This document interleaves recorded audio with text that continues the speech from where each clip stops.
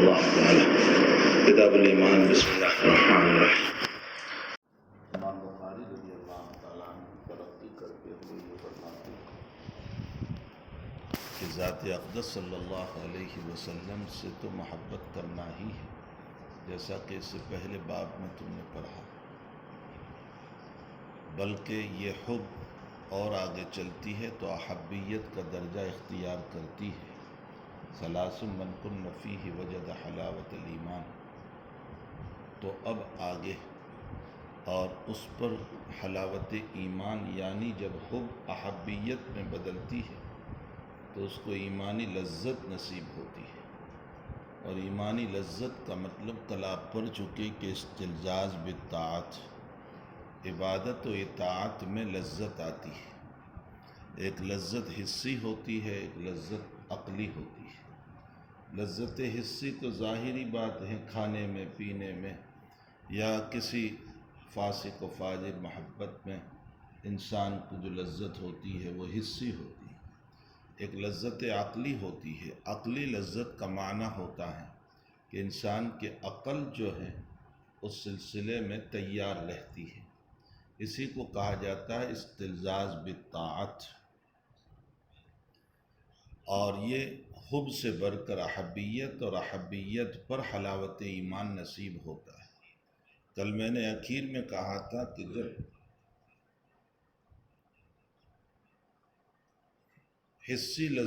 عقلی لذت جب ترقی کرتی ہے تو پھر حسی لذت بھی ہونے لگتی ہے۔ جیسے شاہ فضل حق گنج مراد آبادی رحمۃ اللہ علیہ فرماتے ہیں کہ میں جب تلاوت کرتا ہوں تو میرے منہ میں جیسے گنے کا رس کسی نے ڈال دیا۔ اب امام ترقی کرتے ہوئے یہ فرماتے ہیں کہ نبی علیہ السلام سے تو محبت کرنا ہی ہے، اور وہ ایمان کا شعبہ ہے، اس کے بغیر ایمان نہیں ہو سکتا، بلکہ اطراف نبی سے بھی محبت کرنا ہے۔ نبی کے اطراف کا مطلب نبی کے صحابہ، حضرات صحابہ سے بھی محبت کرنا ہے۔ بھلا دنیا میں کوئی اپنے یار کے یار سے محبت نہ کرے تو وہ محبت کیسے؟ نبی سے محبت ہے اور نبی کے یاروں سے محبت نہیں، تو یہ محبت کیسے نبی علیہ السلام کی؟ تو ترقی کرتے ہوئے آگے فرما رہے ہیں کہ صحابہ سے بھی محبت رکھنا چاہیے، انصار سے بھی محبت رکھو، یہ ایمان کا شعبہ ہے۔ اب یہاں باب پر ایک دو اشکال ہے۔ پہلا سوال تو یہ ہے کہ امام بخاری رضی اللہ تعالیٰ عنہ نے حب الانصار کا باب قائم فرمایا، حب الصحابہ کا باب کیوں قائم نہیں فرمایا؟ تاکہ مہاجرین بھی اس میں داخل ہو جاتے۔ آپ نے صرف انصار کا باب قائم فرمایا، حب الصحابہ میں مہاجرین بھی آ جاتے۔ اس کا جواب یہ ہے کہ اصل میں امام بخاری کے پاس حب الصحابہ پر صراحتاً دلیل نہیں تھی، صراحتاً روایت نہیں تھی، اور آپ چونکہ روایتوں کے ذریعے سے مسئلے کو ثابت فرماتے ہیں، اور حب الانصار کی روایت آپ کے پاس موجود تھی، اس لیے اس روایت کو مد نظر رکھتے ہوئے امام بخاری نے حب الانصار کا باب قائم فرمایا، لیکن مہاجرین خود اس میں داخل ہو گئے، اس لیے کہ انصار اپنے وطن میں رہتے ہوئے جب نبی کی مدد کر رہے ہیں اور ان کی مدد کی بنیاد پر ان سے محبت کرنا ایمان کا شعبہ ہے، تو مہاجرین تو ہجرت کر کے مدد کرنے کے لیے تشریف لائے تھے نبی کریم صلی اللہ علیہ وسلم کی، بطریق اولا مہاجرین اس میں داخل ہو گئے، لیکن چونکہ صراحتاً حب الصحابہ کی روایت نہیں تھی، اس لیے حب الانصار کا باب قائم کر کے آپ نے جمیع صحابہ کو مراد لے لیا۔ انصار تو ہے ہی صراحتاً، مہاجرین بھی اس میں داخل ہو گئے۔ دوسرا اشکال یہاں یہ ہوتا ہے کہ علامت الایمان حب الانصار، انصار کی محبت ایمان کا شعبہ ہے۔ مشہور یہ ہے کہ علامت ذی علامت سے خارج ہوتی ہے۔ آپ جانتے ہیں مثلا یہ کہ یہ مدرسہ ہے، اب اس مدرسے کے لیے ایک علامت دی گئی، ایک ایرو دیا گیا جہاں لکھا ہوا ہے کہ اس طرف مدرسہ ہے، وہ علامت ہے۔ اب یہ علامت کہاں لگاؤ گے؟ اندر میں یا وہاں باہر؟ ظاہر سی بات ہے کہ وہ تو باہر لگے گی، جس سے یہ پتہ چلے گا کہ مدرسہ اس طرف ہے، تو وہ علامت ہوئی۔ تو اور یہ مدرسہ ذی علامت ہے، تو علامت ذی علامت سے خارج ہوتی ہے۔ بات سمجھ میں آئی؟ جہاں بھی آپ دیکھو علامت ذی علامت سے خارج ہوتی ہے۔ اب آپ نے حب الانصار کو ایمان کا شعبہ قرار دیا تو اس کا مطلب یہ نکلا کہ حب الانصار یہ علامت ہے اور ایمان یہ ذی علامت ہے، اور علامت ذی علامت سے خارج ہوتی ہے تو اس کا مطلب حب الانصار ایمان میں داخل ہی نہیں ہے، اور جب داخل نہیں ہے تو شعبہ ایمان کیسے ہو گیا؟ شعبہ ایمان تو ایمان میں داخل ہوتا ہے۔ یہ تو آپ علامت کا لفظ لائیں اور علامت خارج یعنی شعبہ انزی علامت ہوا کرتی ہے۔ اس کا ایک جواب تو ناصر الدین ابن منیر رحمۃ اللہ علیہ نے دیا۔ ناصر الدین ابن منیر رحمۃ اللہ علیہ فرماتے ہیں کہ اصل میں امام بخاری رضی اللہ تعالیٰ عنہ یہ بتانا چاہتے ہیں کہ صرف تصدیق قلبی کا نام ایمان نہیں ہے جیسا کہ مرجیہ کا مسلک و مذہب ہے، بلکہ اس کے ساتھ اعمال کی بھی ضرورت ہے، اور بغیر اعمال کے ایمان نہیں ہو سکتا ہے۔ بات بہت پتے کی ہے کہ اعمال کے بغیر ایمان پھلتا پھولتا ہی نہیں ہے، لیکن اشکال تو حل نہیں ہوا اس کے ذریعے سے۔ تصدیق قلبی کا نام ایمان ضرور ہے لیکن اعمال کی بھی ضرورت ہے، یہ بات صحیح ہے، لیکن اشکال یہ ہوا ہے کہ آپ نے حب الانصار کو علامت قرار دیا، اور علامت ذی علامت سے خارج ہوتی ہے تو ایمان کا شعبہ کیسے ثابت ہوا؟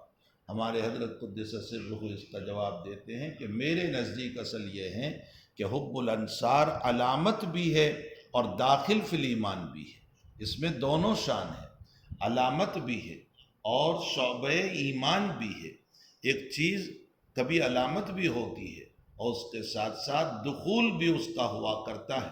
مثلا مدرسے کے اوپر ہی نام لکھا ہوا ہے مدرسے کا، یہ علامت بھی ہے اور داخل بھی ہے مدرسے کے اندر، اس کو آپ علامت بھی کہو گے اور شعبہ بھی کہو گے۔ تو بعض مرتبہ بعض چیزیں علامت بھی ہوا کرتی ہے اور دخول فی الشیء بھی ہوا کرتی ہے، شعبہ بھی ہوا کرتا ہے۔ اسی طرح ایمان کے جمیع اعمال ہے، تمام اعمال ایمان کی علامت بھی ہے اور ایمان کا شعبہ بھی ہے۔ سمجھ میں بھی آیا؟ اس کی وجہ یہ ہے کہ اگر اس کو شعبہ نہ مانا جائے اور صرف علامت ہی قرار دیں تو پھر اس صورت میں روایت کے بالکل خلاف مسئلہ ہو جائے گا۔ آپ کی تقریر تو غلط ہو سکتی ہے لیکن صاحب شریعت کا کلام غلط نہیں ہو سکتا، اور نبی اکرم صلی اللہ علیہ وسلم خود فرما رہے ہیں کہ حب الانصار من الایمان، تو پھر ہمارا سوچنا یہ ہماری سب منطقی تقریریں ہیں، یہ عقلی تقریریں ہیں، یہ منطقی اور عقلی تقریروں کو ایک طرف رکھو۔ من الایمان کا لفظ خود دلالت کر رہا ہے کہ من تبعیضیہ ہے، یعنی ایمان کا شعبہ ہے۔ تو حقیقت یہ ہے کہ یہ شعبہ ایمان بھی ہے اور علامت ایمان بھی ہے۔ دوسری ایک بات یہ ہے کہ امام بخاری رضی اللہ تعالیٰ عنہ علامت الایمان حب الانصار کہہ کر یہ بتانا چاہتے ہیں کہ ہمیشہ علامت پر ذی علامت کا فیصلہ ہوتا ہے۔ علامت قلیل ہے، ذی علامت کی قلت پر دلالت کرے گی، علامت کثیر ہے، ذی علامت کی کثرت پر دلالت کرے گی، علامت میں ضعف ہے، ذی علامت کے ضعف پر دلالت کرے گا۔ مثلا آپ شرح تہذیب میں پڑھ کر آئے یا معین المنطق میں پڑھ کر آئے کہ دھواں علامت ہے آگ کی، بہت مشہور مثال ہے، دھواں آگ کی علامت ہے۔ اب جب دھوئیں کو آگ کی علامت قرار دی تو کثیر دھواں دلیل ہے کہ آگ بھی کثیر ہے، اور قلیل دھواں دلیل ہے کہ آگ بھی قلیل ہے۔ اگر معمولی قسم ہے تو ضعف آگ پر دلالت کرتا ہے، ورنہ پھر کثیر آگ پر دلالت کرتا ہے۔ تو علامت یہ ذی علامت کی شان پر دلالت کرتا ہے۔ جب یہ بات سمجھ میں آ گئی تو بخاری یہ بتانا چاہتے ہیں کہ حب الانصار علامت الایمان، آپ کی جتنی محبت انصار سے ہوگی اسی طرح ایمان کا اضافہ ہوگا، اور جتنی محبت میں کمی ہوگی اتنی ایمان میں کمی ہوگی۔ یزید و ینقص کو بھی ثابت فرما رہے ہیں، کچھ سمجھ میں بھی آ رہا ہے، یزید و ینقص کو بھی ثابت کیا، اور بدیہی بات ہے محبت میں کمی زیادتی ہوتی ہے۔ بعض مرتبہ انسان کو ایک سے محبت کا جو مسئلہ ہوتا ہے دوسرے سے محبت کا وہ مسئلہ نہیں ہوتا۔ ایک انسان کو اپنے بیٹے سے جتنی محبت ہوتی ہے، ظاہر سی بات ہے کہ جو اپنا بیٹا نہیں ہے اس سے اتنی محبت نہیں ہوتی. بعض مرتبہ ایک شاگرد سے جتنی محبت ہوتی ہے، اس لیے کہ وہ شاگرد بااخلاق ہے، شریف الطبع ہے، اپنے استاذ کی بات کو ماننے والا، اس کا خدمت گزار، اس کی اطاعت و فرما برداری کرنے والا. اب اس سے جتنی محبت ہوتی ہے اس طالب علم سے اتنی محبت نہیں ہوتی جن میں یہ صفات موجود نہیں ہوتے ہیں. بدیہی بات ہے کہ محبت میں کمی زیادتی ہوتی ہے، اور یہاں حب الانصار ہے تو محبت کی کمی زیادتی یہ ایمان کی کمی زیادتی پر دلالت کرتا ہے، اس لیے یزید و ینقص کو ثابت فرمایا. سمجھ میں آیا؟ ایک بات تو شعبہ ایمان بھی ہے، علامت ایمان بھی ہے، اور دوسرا ایمان کی کمی زیادتی کو بھی ثابت فرمایا.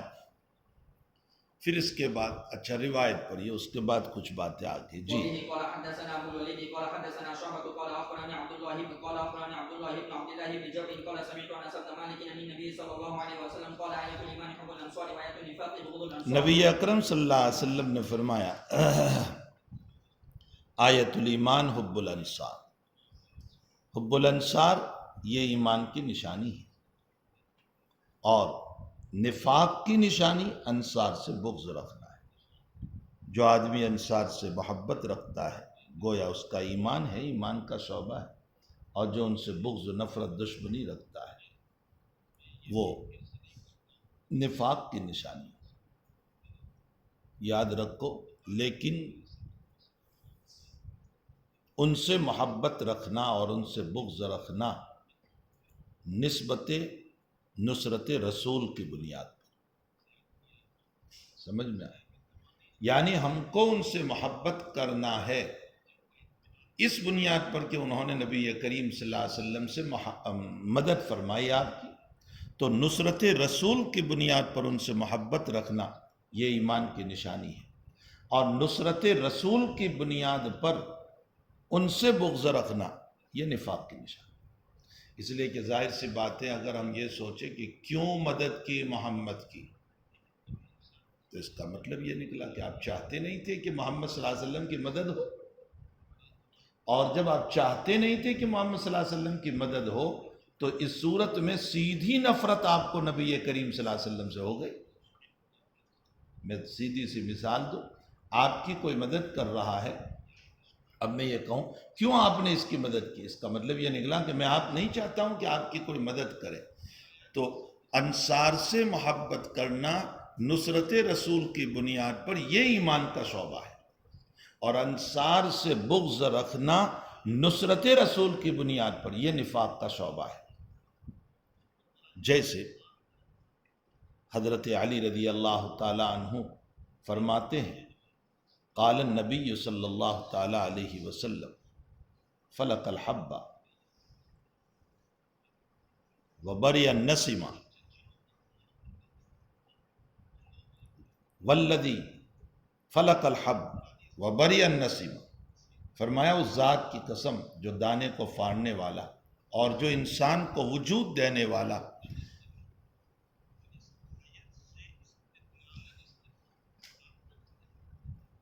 الی من یحبنی فحب الایمان ومن یبغضنی فبغض الایمان او کما قال. حضرت علی فرماتے ہیں کہ نبی علیہ السلام نے مجھ کو یوں کہا کہ اس ذات کی قسم جو دانے کو پھاڑنے والا اور انسان کو وجود دینے والا، جو علی سے یعنی مجھ سے محبت کرے گا وہ ایمان کی نشانی ہے، اور جو مجھ سے نفرت کرے گا وہ بغض کی نشانی، وہ نفاق کی نشانی. یہاں جس بنیاد پر نبی علیہ السلام علی سے محبت کرنے کو کہہ رہے ہیں وہ رشتہ داری ہے. حضرت علی سے محبت بحیثیت اہل بیت، بحیثیت رشتہ داری، نبی علیہ السلام کے داماد اور اس کے ساتھ ساتھ حضور پاک صلی اللہ علیہ وسلم کے چچا زاد بھائی، اور اس کے ساتھ ساتھ بالکل شروع میں ایمان لانے والے. تو رشتہ داری کی بنیاد پر آپ سے محبت کرنا یہ ایمان کی نشانی ہے، اور رشتہ داری کی بنیاد پر بغض رکھنا یہ نفاق کی نشانی. کچھ سمجھ میں آیا؟ یا رشتہ داری مراد ہے، اور حب الانصار کے اندر نصرت رسول مراد ہے. نصرت رسول کی بنیاد پر محبت یہ ایمان کا شعبہ ہے، اور نصرت رسول کی بنیاد پر بغض رکھنا یہ نفاق کا شعبہ ہے۔ اس تقریر سے ایک بات بے غبار ہو جاتی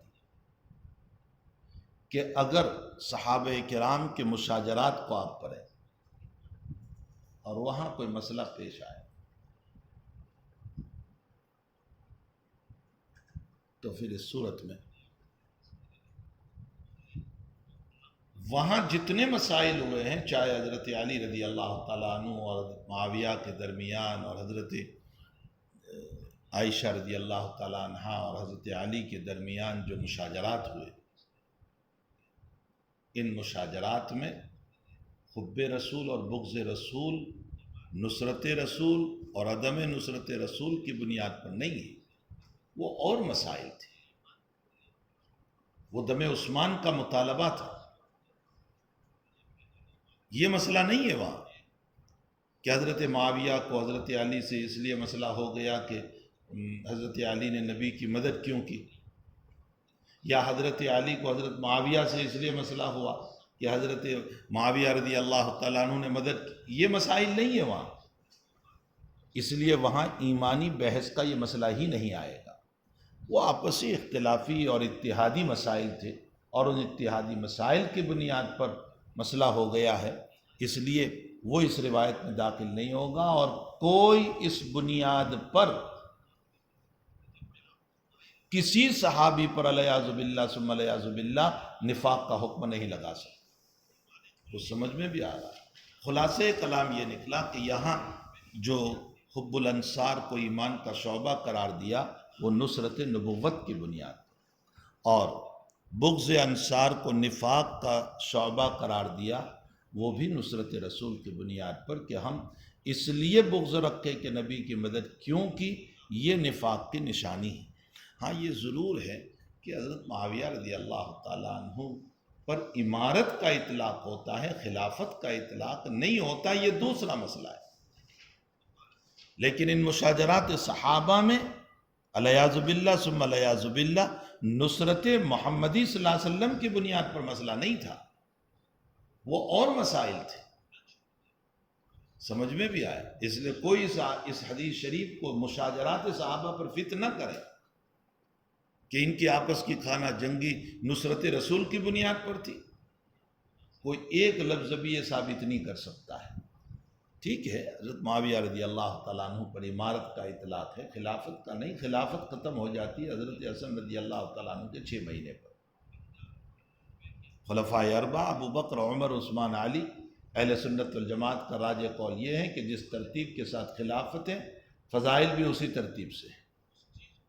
اگرچہ بعض لوگوں نے فضائل کے اعتبار سے علی کو مقدم مانا ہے عثمان پر، ورنہ اکثر علماء کا قول تو یہی ہے کہ جس ترتیب کے اعتبار سے خلافت ہے اسی ترتیب کے اعتبار سے فضائل بھی ہے۔ اول ابو بکر، بعدہ عمر، بعدہ عثمان، بعدہ علی۔ اور یہ بھی اور مسئلہ ہے کہ حضرت علی رضی اللہ تعالیٰ عنہ خلیفہ ضرور بنے لیکن اشاعت دین نہیں ہو سکا، یہ بھی ہے مسئلہ۔ حضرت علی کے دور میں اسلام کی اتنی اشاعت نہیں ہو سکی۔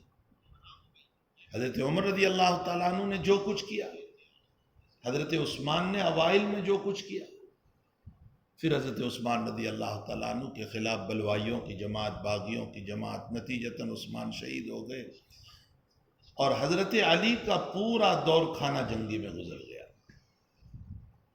کبھی جنگ جمل ہوئی، کبھی جنگ صفین ہوئی، اور اسی میں حضرت علی کا دور گزر گیا، جس کے نتیجے میں اسلام کی جتنی اشاعت حضرت علی کے دور میں ہونا چاہیے وہ نہیں ہو پائی۔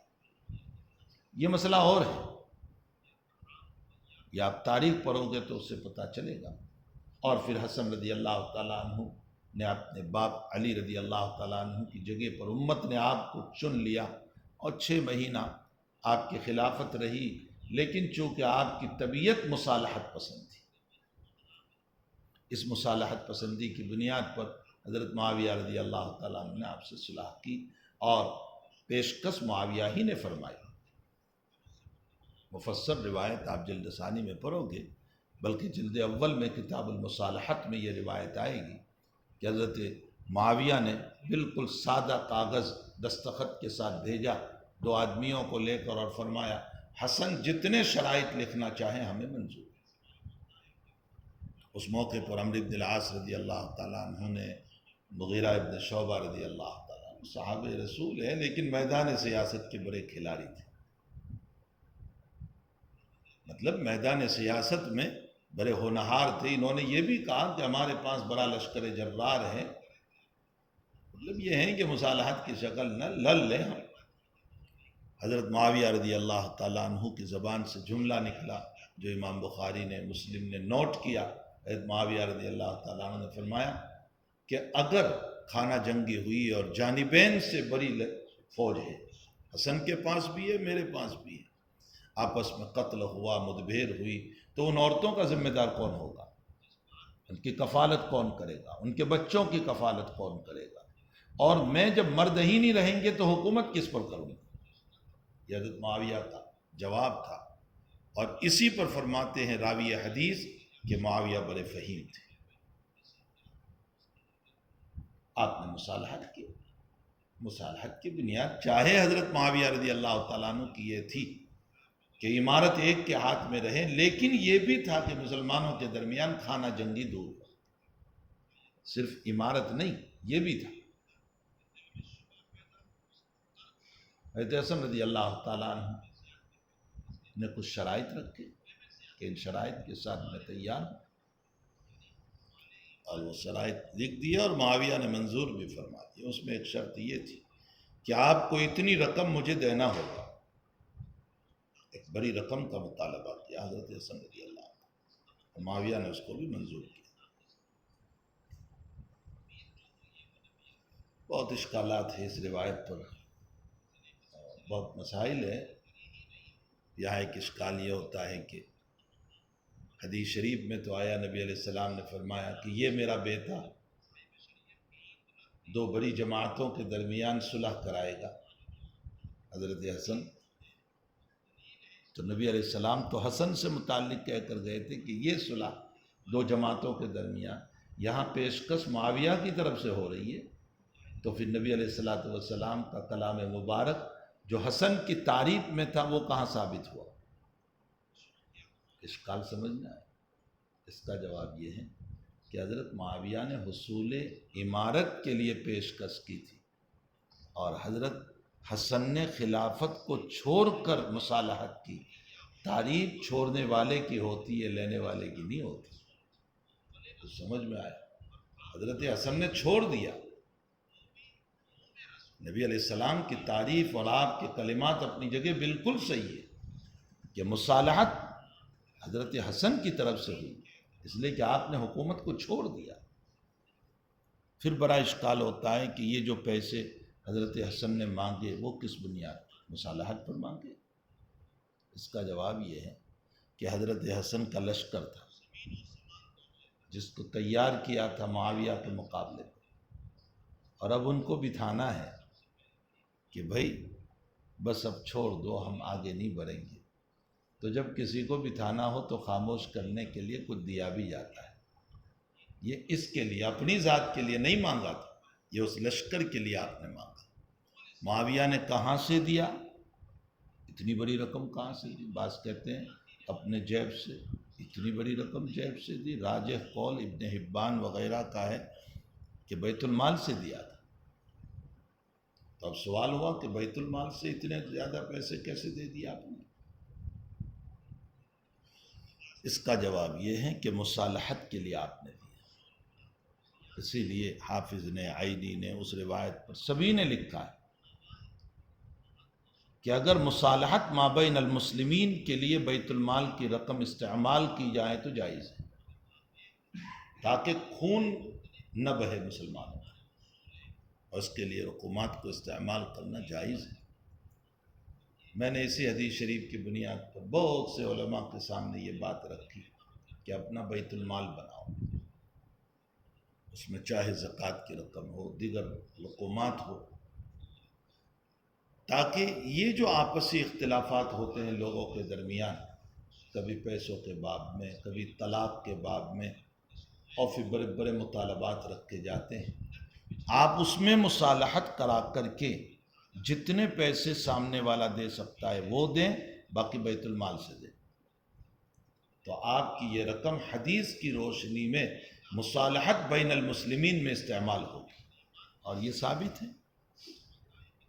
تو خیر یہ بات تو وہاں جہاں آئے گی، اور اس پر بہت تفصیلی کلام ہے، یہاں تو صرف اتنا ہے، اللہ نے توفیق دی اس روایت پر تو ہوگی بات، اور اگر رواں دواں رہا تو کچھ بھی مسئلہ نہیں ہوگا۔ پھر ابھی اتنی بات ہے کہ انصار سے محبت نصرت نبی کی بنیاد پر یہ ایمان کا شعبہ ہے، اور انصار سے بغض نصرت نبی کی بنیاد پر یہ نفاق کی نشانی۔ اللہ سبحانہ و تعالی عالم۔ باب، یہ باب کل بلا ترجمہ ہے، یہ باب پہلی مرتبہ آ رہا ہے بلا ترجمہ، ابھی تک جتنے ابواب پڑھے وہ تمام کے تمام ترجمے کے ساتھ تھے۔ امام بخاری رضی اللہ تعالیٰ عنہ جب باب بلا ترجمہ لاتے ہیں تو اس کی وجہ کیا ہے؟ اس میں علماء کے مختلف اقوال ہیں۔ عمومی طور پر مسئلہ یہی ہوگا، اکثر تو یہی ہوگا کہ یہ کل فصل من باب السابق ہوگا، یعنی ماقبل باب میں جو مسئلہ گزرا اسی سے ملا جلا مسئلہ ہوگا، اس لیے باب بلا ترجمہ لے آئے۔ دیکھیں یہاں اس سے پہلے حب الانصار من الایمان کا باب قائم فرمایا۔ اچھا، انصار پر ایک بات رہ گئی، انصار ہے کون؟ انصار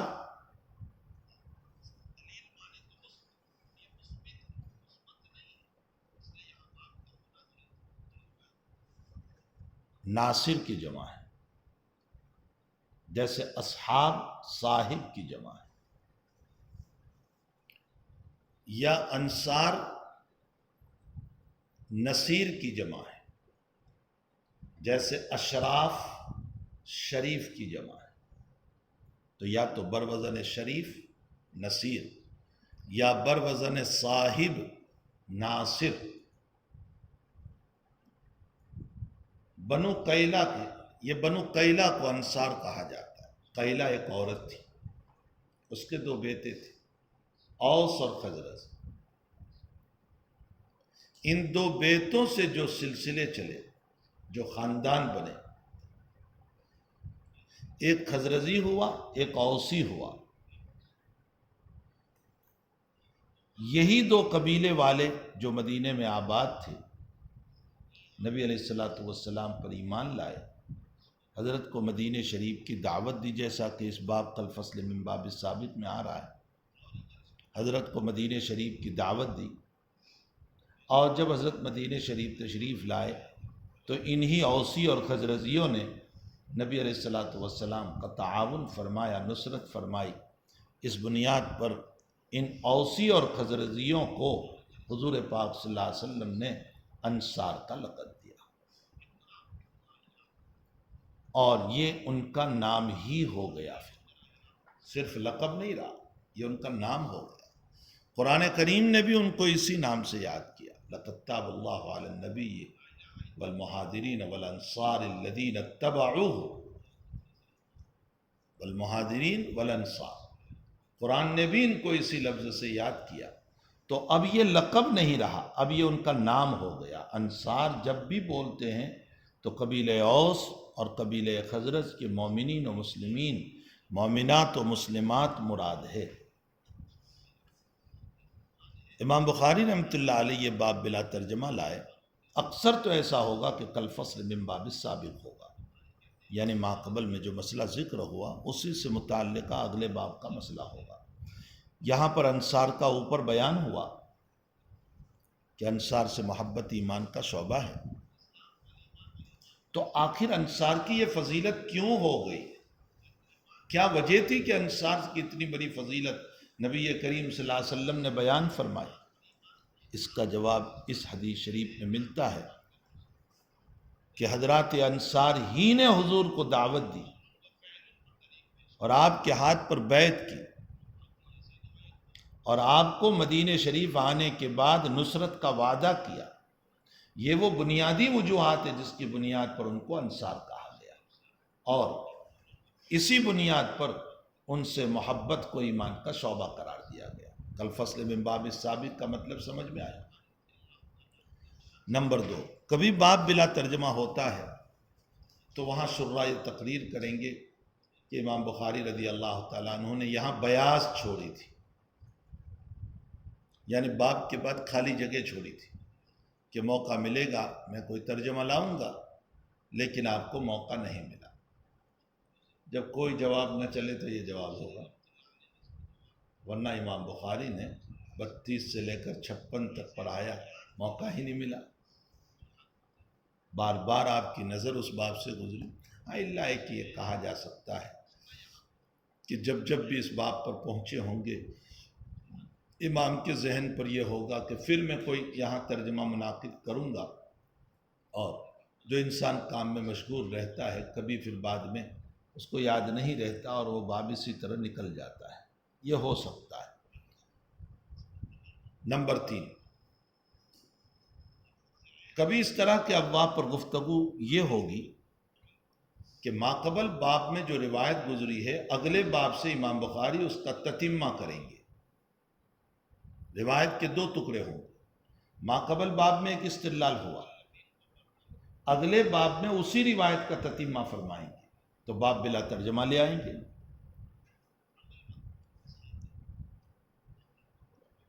شاہ ولی اللہ صاحب رحمۃ اللہ علیہ فرماتے ہیں کہ باب بمنزلہ ہا کے ہوتا ہے۔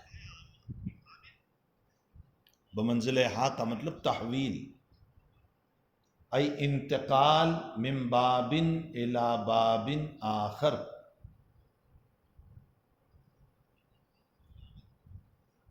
تحویل کا یہی مطلب ہے۔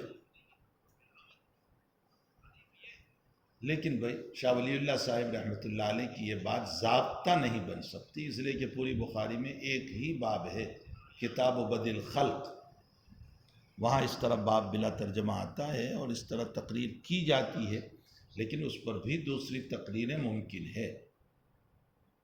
نمبر 5، کبھی امام بخاری رحمۃ اللہ علیہ کا باب بلا ترجمہ آئے گا تو وہاں رجوع الی الاصل کی تقریر ہوگی۔ رجوع الی الاصل کا مطلب ہوتا ہے کہ امام ایک بات بیان کرتے ہوئے چلے آئے، بیچ میں جملے معترضہ کے طور پر آپ نے کوئی دوسرا باب قائم کیا، پھر اسی ترتیب پر آپ کو جانا ہے، تو اب اگلا باب جو لائیں گے وہ باب بلا ترجمہ ہوگا تاکہ رجوع الی الاصل ہو جائے۔ صفت الصلاۃ میں آپ اس کی مثال پڑھو گے کہ آپ نماز کی صفت بیان کرتے ہوئے پوری ترکیب بیان کرتے ہوئے چل رہے ہیں، فرمایا کہ جب رکوع میں گئے تو رکوع کے بعد سمیع اللہ لمن حمیدہ فقولوا ربنا ولک الحمد، یہ ایک ترتیب چل رہی تھی۔ اب جب ربنا لک الحمد کا مسئلہ آیا تو آپ نے ایک باب قائم کیا، باب فضل ربنا لک الحمد۔ ایک تو ترکیب چل رہی تھی جس میں یہ بتایا کہ جب تم رکوع سے کھڑے ہوں گے تو سمیع اللہ لمن حمیدہ بول کر کھڑے ہوں گے، یہ ترتیب چل رہی تھی، اور اس میں روایت لے آئے کہ اذا قال الامام سمیع اللہ لمن حمیدہ فقولوا ربنا لک الحمد، یہ تو ایک ترتیب تھی۔ اب جب ربنا لک الحمد روایت میں آیا تو آپ کا ذہن منتقل ہوا اس بات کی طرف کہ ربنا لک الحمد کی فضیلت کیا ہے، تو آپ نے پھر بیچ میں ایک باب قائم کر دیا، باب فضل ربنا لک الحمد، ربنا لک الحمد کی فضیلت، یہ فضیلت بیان کر دی۔ فضیلت بیان کرنے کے بعد اب دوبارہ رجوع الی الاصل کرنا ہے، یعنی اب قوما سے قیام سے سجدے کی طرف جانے کی ترتیب بیان کرنا ہے، تو باب بلا ترجمہ لے آئے۔ یہ ہے رجوع الی الاصل کی مثال۔ تو کبھی امام بخاری رحمۃ اللہ علیہ کا باب رجوع الی الاصل پر دلالت کرتا ہے۔ ہمارے حضرت شیخ الہند رحمۃ اللہ علیہ، یہ تو ہو گئے 5، ہمارے حضرت شیخ الہند رحمۃ اللہ علیہ فرماتے ہیں کہ امام بخاری رضی اللہ تعالیٰ عنہ کبھی کبھی باب بلا ترجمہ تشہیز اذہان کے لیے لائیں گے۔ تشہیز اذہان کا مطلب یہ ہوتا ہے کہ امام متعدد تراجم قائم کرنے کے بعد کوئی باب بلا ترجمہ لے آئیں گے اور اپنی کتاب کے متعلمین کو یوں کہہ رہے کہ بھئی یہ روایت ہے، اب تم اس کے اوپر غور و فکر کر کے کوئی مسئلہ مستنبط کرو، کوئی ترجمہ اس پر لکھو۔ تم نے میری ترتیب تو دیکھ لی کہ میں کس طرح حدیث سے مسئلہ مستنبط کرتا ہوں، اب تم بھی کرو تاکہ آپ کا ذہن کھلے۔ تشخیص اذہان کا معنی آپ کے ذہن کو ابھارنا۔ تو امام کا باب بلا ترجمہ یہ کبھی تشخیص اذہان کے لیے ہوگا، جیسے کتاب الطہارت کے اندر آپ پڑھو گے۔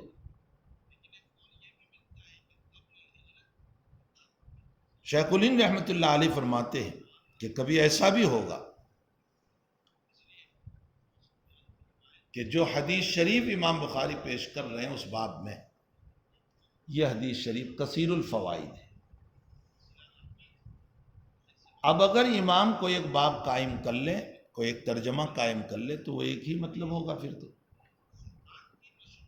حالانکہ وہ حدیث کثیر الفوائد۔ تو ان کثیر الفوائد کی طرف اشارہ کرنے کے لیے امام رضی اللہ تعالیٰ عنہ وہاں پر باب بلا ترجمہ کریں گے۔ فرماتے ہیں کہ کبھی ایسا بھی ہوگا کہ ماقبل میں کوئی باب قائم فرمایا، اب اس باب کی تکمیل کرنا ہے، تو تکمیل ماقبل کے لیے باب بلا ترجمہ لائیں گے۔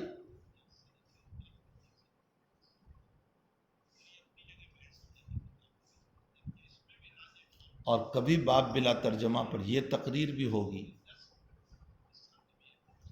کہ امام بخاری رضی اللہ تعالیٰ عنہ نے تو یہاں ترجمہ لکھا تھا، ناسخین کی گڑبڑی سے وہ ترجمہ چلا گیا۔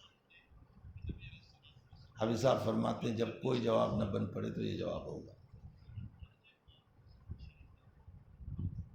یعنی ناسخین پر یہ مسئلہ ڈال دو۔ یہ قریباً 8-10 باتیں ہو گئی۔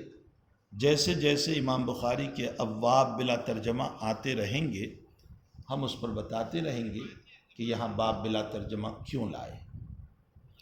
یہاں ابھی میں نے بتایا کہ یہ باب بلا ترجمہ کل فصل من باب الثابت بھی ہو سکتا ہے، اور وہ یہ ہے کہ ماقبل میں انصار کی محبت کو ایمان کا جز قرار دیا، تو اس کی وجہ کیا ہے؟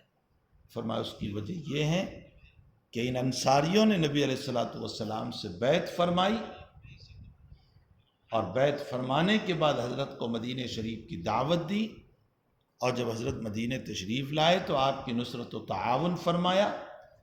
اس نصرت اور تعاون کی بنیاد پر حب الانصار من الایمان، یہ ہو گیا ماقبل سے متعلق، تو کل فصل من باب السابق ہوا۔ یہ بھی ہو سکتا ہے کہ اس باب میں جو روایت پیش کی جا رہی ہے یہ کثیر الفوائد ہے۔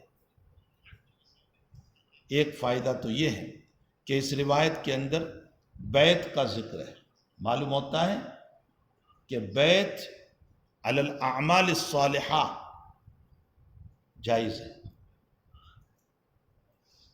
اس باب میں بیعت علی اللہ تشرکو ہے، معلوم ہوتا ہے کہ شرک کے خلاف بیعت لینا جائز ہے۔ اس روایت میں یہ بھی ہے کہ اگر دنیا میں کسی نے ان میں سے کوئی گناہ کیا اور دنیا میں سزا دی گئی تو عند اللہ معافی کا مسئلہ۔ تو اب بہت سارے مسائل اس باب میں ہیں، تو کثیر الفوائد ہونے کی بنیاد پر امام بخاری نے یہاں باب بلا ترجمہ رکھا اور اشارہ کیا اس بات کی طرف کہ بھئی جتنے مسائل تم اس حدیث شریف سے نکالنا چاہو وہ آپ نکال سکتے ہیں، تو سمجھ میں بھی آئے۔ واللہ سبحانہ وتعالی عالم۔ جی وبه قال حدثنا ابو اليمان قال حدثنا شعيب بن الزهري قال اخبرنا ابو ادريس عبد الله بن عبد الله ان عباده بن عائد اللہ نام ہے، یاد رکھنا۔ عائد اللہ جو ہے وہ راوی کا نام ہے، اور ابو ادریس جو ہیں وہ ان کی کنیت ہے۔ جی عبادہ ابن صامت رضی اللہ تعالیٰ عنہ کی بخاری شریف میں 9 حدیثیں ہیں۔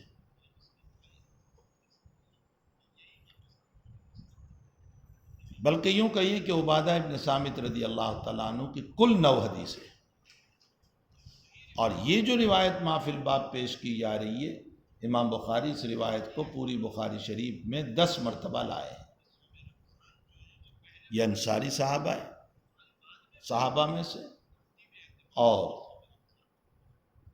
انصار میں پرانے ایمان والوں میں سے، قدیم الاسلام صحابی انصار میں۔ اور ان کے اسلام کا واقعہ کیا پیش آیا تھا آگے پڑھیے۔ وکان شہید بدرن، یہ تعارف ہو رہا ہے حضرت عبادہ ابن صامت کا کہ یہ بدری صحابی بھی ہے۔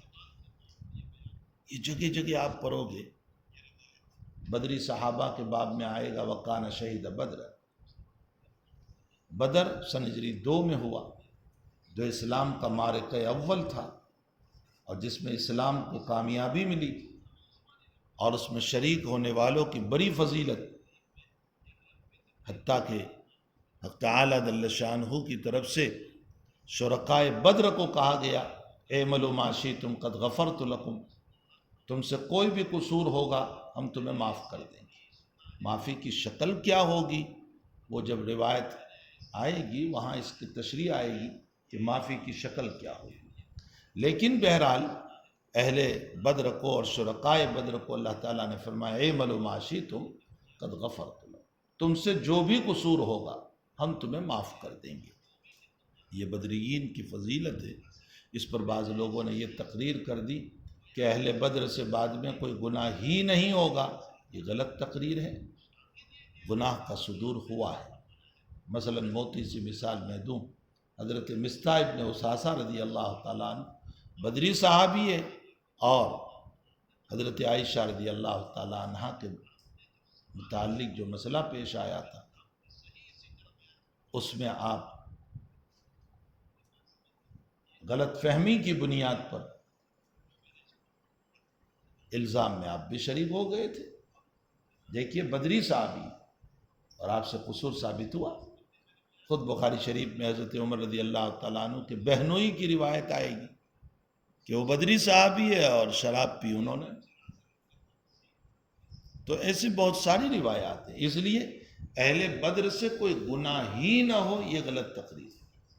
گناہ ہوگا لیکن ہم تمہیں معاف کر دیں گے، معافی کی کیا شکل ہوگی مختلف تقریر ہے۔ بہرحال یہ تعارف ہو رہا ہے وکان شہید بدرن۔ جی وہو احد النقباء لیلۃ العقبہ، نقبہ نقیب کی جمع ہے، نقیب چودھری، سرپنچ، جماعت کا بڑا، اس کو نقیب کہا جاتا ہے۔ لیلہ عقبہ کے نقبہ میں سے ایک تھے، یعنی عبادہ ابن صامت لیلہ عقبہ کے نقبہ میں سے ایک ساتھی تھے۔ لیلہ عقبہ کیا چیز ہے؟ نبی اکرم صلی اللہ علیہ وسلم کو جب سورہ مدثر کے ذریعے سے اللہ تعالیٰ نے تبلیغ کا حکم دیا تو اس حکم کے بعد آپ ہر سال، چونکہ اہل عرب ہر سال حج کرتے تھے، چاہے ان کا حج غلط طریق پر تھا لیکن حج کرتے تھے۔ ان کا حج کیا تھا؟ سیٹی بجانا، تالیہ بجانا، مشاعرہ کرنا وغیرہ، لیکن حج ضرور کرتے تھے۔ حضرت اس موقع کو غنیمت سمجھتے تھے اور آپ بھی حج میں جاتے تھے تاکہ لوگوں کو دعوت دیں۔ سن نبوی 11 میں، یعنی نبوت کے 11ویں سال میں، مدینے سے 6 آدمی جن کا تعلق قبیلہ خزرج سے تھا وہ حج کے لیے آئے تھے۔ نبی علیہ الصلوۃ والسلام نے ان کے سامنے دعوت پیش کی۔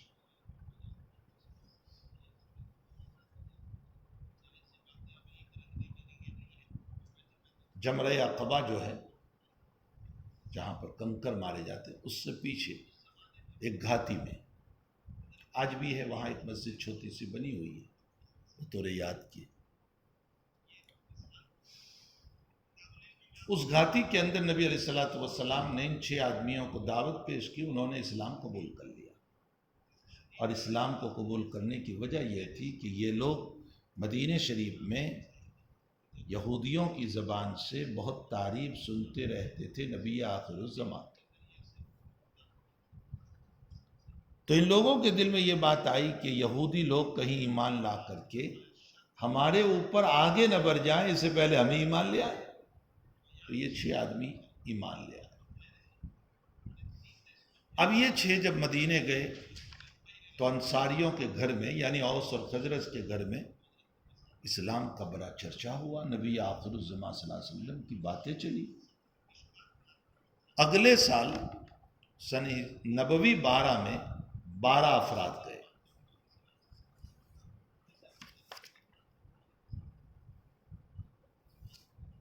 ان 12 افراد میں عبادہ ابن صامت رضی اللہ تعالیٰ، حضور پاک صلی اللہ علیہ وسلم سے ملاقات ہوئی اور آپ پھر ان لوگوں کو بھی دعوت پیش کی، یہ ایمان لے آئے.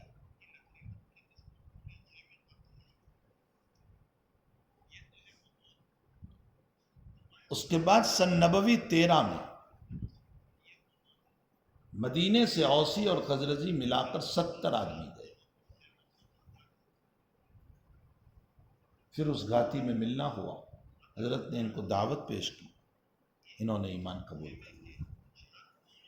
تو سن نبوی 12 میں جو 12 ایمان لائے ان کو بیعت عقبہ اولیٰ کہا جاتا ہے، اور سن نبوی 13 میں جو 70 ایمان لائے ان کو بیعت عقبہ ثانیہ کہا جاتا ہے.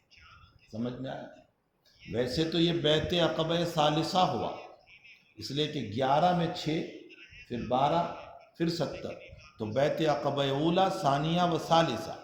لیکن چونکہ وہ اتفاقی مسئلہ ہو گیا تھا کہ 6 آدمی گئے اور حضرت ملے اور ان کو دعوت دی، اس لیے بیعت عقبہ اولیٰ جو ہے وہ سن نبوی 12 والا جس میں عبادہ ابن صامت شریک ہے، اور بیعت عقبہ ثانیہ وہ 70 آدمی. انہوں نے اصرار کیا اور اس اصرار پر فرمایا میرے چچا سے مشورہ کر لو، عباس سے، چونکہ ابو طالب کا تو انتقال ہو چکا. حضرت عباس نے فرمایا دیکھو میرے بھتیجے کو لے جانا ایک بہت بڑی مصیبت کو لینا ہے، تم اس کی حفاظت نہیں کر پاؤ گے یہیں رہنے میں، اگر حفاظت کر سکتے ہو تو لے جاؤ. انہوں نے پوری ذمہ داری لی کہ ہم حفاظت کریں گے اور پورا تعاون کریں گے، لیکن چونکہ اللہ کی طرف سے اجازت نہیں تھی اس لیے رب کریم کی اجازت تک آپ بیٹھے رہے. یہ سارا واقعہ جو پیش آیا بیعت عقبہ ثانیہ کا، یہ حج کے موسم میں ہوا، یعنی ذی الحجہ میں، اور پھر 3 مہینے کے بعد آپ کو ہجرت کی اجازت ملی، یعنی ربیع الاول میں. سمجھ میں بھی آیا؟ یہ ایک مختصر سی تاریخ ہے. یہ ہیں بیعت عقبہ والے. فرمایا بایعون وہو احد النقباء لیلۃ العقبہ، اور حضرت عبادہ ابن صامت رضی اللہ تعالیٰ عنہ لیلۃ العقبہ کے نقباء میں سے ایک نقیب ہیں. یہ تعارف ہو رہا ہے. ان رسول اللہ صلی اللہ علیہ وسلم قال، نبی اکرم صلی اللہ علیہ وسلم نے ارشاد فرمایا وحولہ اصحابۃ من اصحابہ، اور آپ کے ارد صحابہ کی ایک جماعت تھی.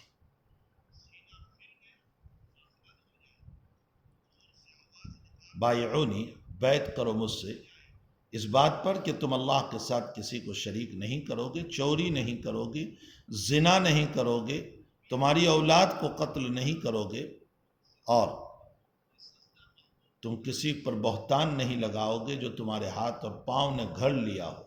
تفترونہ بین ایدیکم وارجلکم، اور معروف میں تم، بھلے کاموں میں تم نافرمانی نہیں کرو گے.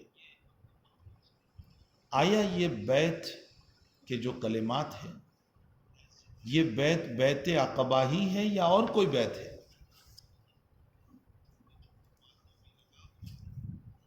یہ بیعت عقبہ ہے یا پھر اور کوئی بیعت ہے؟ اس سلسلے میں حضرات محدثین کی 2 رائے ہیں. بہت سارے اکابر تو یہی فرماتے ہیں. علامہ محمد ابن حزم ظاہری رحمۃ اللہ علیہ، علامہ قرطبی رحمۃ اللہ علیہ، علامہ ابو عبداللہ الحلیمی علیہ الرحمہ، علامہ حلبی جن کی تاریخ حلبیہ ہے، قاضی یاز رحمۃ اللہ علیہ، وہ کہتے ہیں کہ یہ بیت عقبہ ہی ہے، یعنی یہاں جو الفاظ ذکر کیے جا رہے ہیں وہ بیت عقبہ کے الفاظ ہیں۔ لیکن حافظ ابن حجر عسقلانی رحمۃ اللہ علیہ اس بات پر مصر ہے کہ یہ بیت عقبہ نہیں ہے، یہ بیت جو ہے بہت بعد کی بیت ہے۔ مدینہ شریف آ جانے کے بعد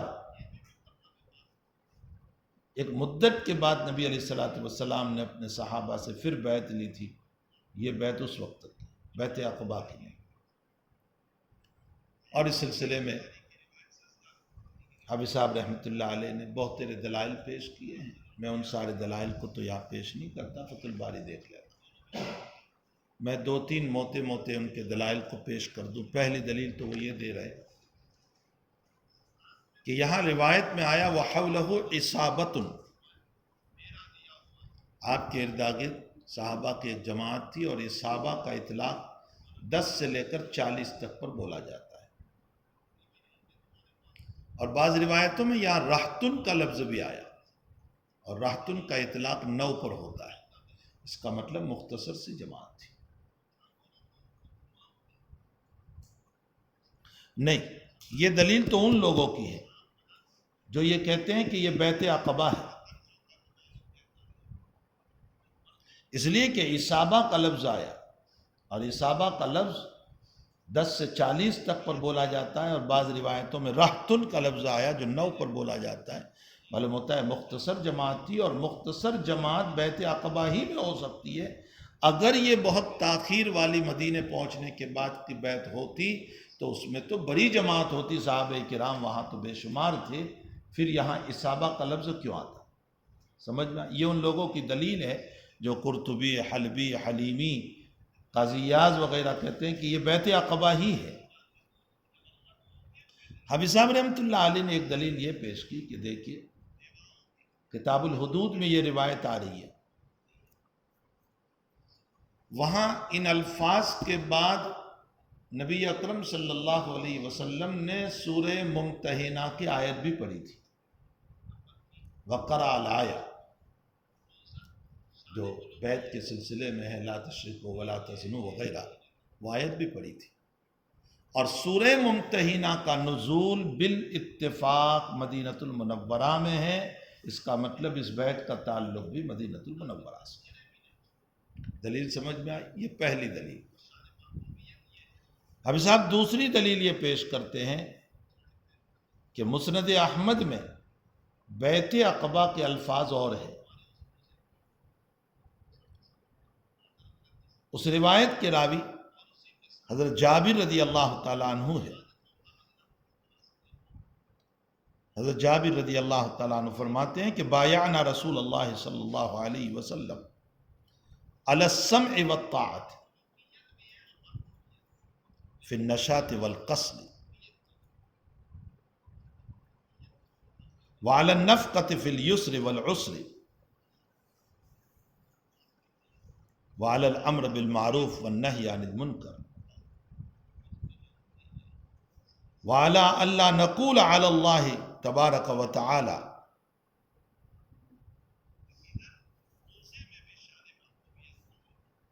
ولا نخاف لومۃ لائم وعلی ان ننصر النبی صلی اللہ علیہ وسلم اذا قدم علینا یثرب فبایعناہ علی ذلک۔ جابر فرماتے ہیں کہ نبی علیہ الصلوۃ والسلام نے بیت عقبہ میں بیعت لی ہم سے اس بات کے اوپر کہ تم مکمل اتباع کرو گے، علی السمع والطاعت، چاہے اچھے حالات ہو یا برے حالات ہو، فی النشاط والقصل کا معنی اچھے حالات ہو یا برے حالات، وعلی النفقہ، اور تم خرچ کرو گے، فی الیسر والعسر، چاہے اچھے حالات ہو چاہے برے حالات ہو، یسر ہو تو بھی عسر ہو تو، وعلی الامر بالمعروف والنہی عن المنکر، تم بلائی کا حکم دو گے، برائی سے روکو گے۔ اور پھر ہم سے یہ کلمات بھی نبی علیہ الصلوۃ والسلام نے بلوایا کہ تم ہماری مدد کرو گے جب ہم یثرب آئیں گے، اذا قدم یثرب، جب ہم یثرب پہنچیں گے، اور ہم اللہ کے باب میں وہی بات کہیں گے جو اللہ نے کہی، ولا نخاف لومۃ لائم، اور ملامت کرنے والوں کی ملامت سے نہیں ڈریں گے۔ ہم نے اس پر نبی اکرم صلی اللہ علیہ وسلم سے بیعت فرمائی۔ اب صاحب کہتے ہیں کہ یہ بیعت عقبہ کے الفاظ ہیں، یہ بیعت تو بہت بعد کی ہے، جو مدینہ شریف آ جانے کے بعد۔ اس کے علاوہ بھی حافظ نے بہت سارے دلائل پیش کیے ہیں، مثلا یہی روایت کتاب الحدود میں آئی، اس میں وَعَلَىٰ أَنْ أَلَّا نَنْتَهِبَ،